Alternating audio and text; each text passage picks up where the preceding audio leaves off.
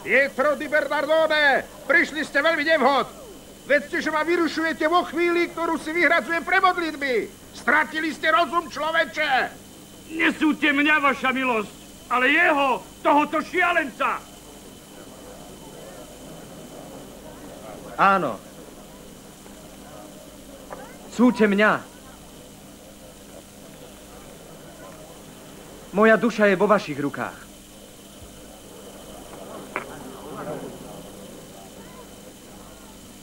Čože? Tak týmto ma vyvádzaš z miery. Vysvetlíš mi, o čo ti ide? Chceš azda poukázať pred ľuďmi na bezmocnosť cirkevnej autority? Mne vyviedol strašné veci, vaša milosť. A pritom dostávalo do mňa viac, ako potreboval. Staral som sa o neho, choval ho, aj šatil.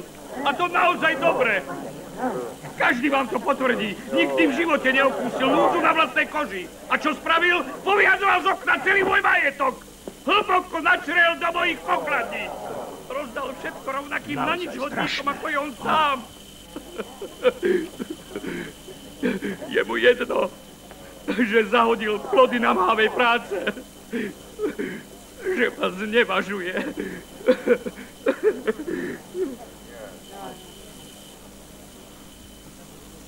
Tak, počul si, z čoho ťa obvinuje vlastný otec. Si zrejme dostatočne inteligentný, aby si chápal, že Svätá Matka Cirkev musí prísne trestať tých, ktorí rozvracajú zaužívaný poriadok. Taký človek, ako si ty, ohrozuje spoločnosť. Je buď zločinec, alebo... Alebo túži po svetle. Chce sa zbaviť tmy. Ja som žil v tme. Ale potom mi brat Slnko osvietil dušu. Teraz vidím. A vidím tak jasne.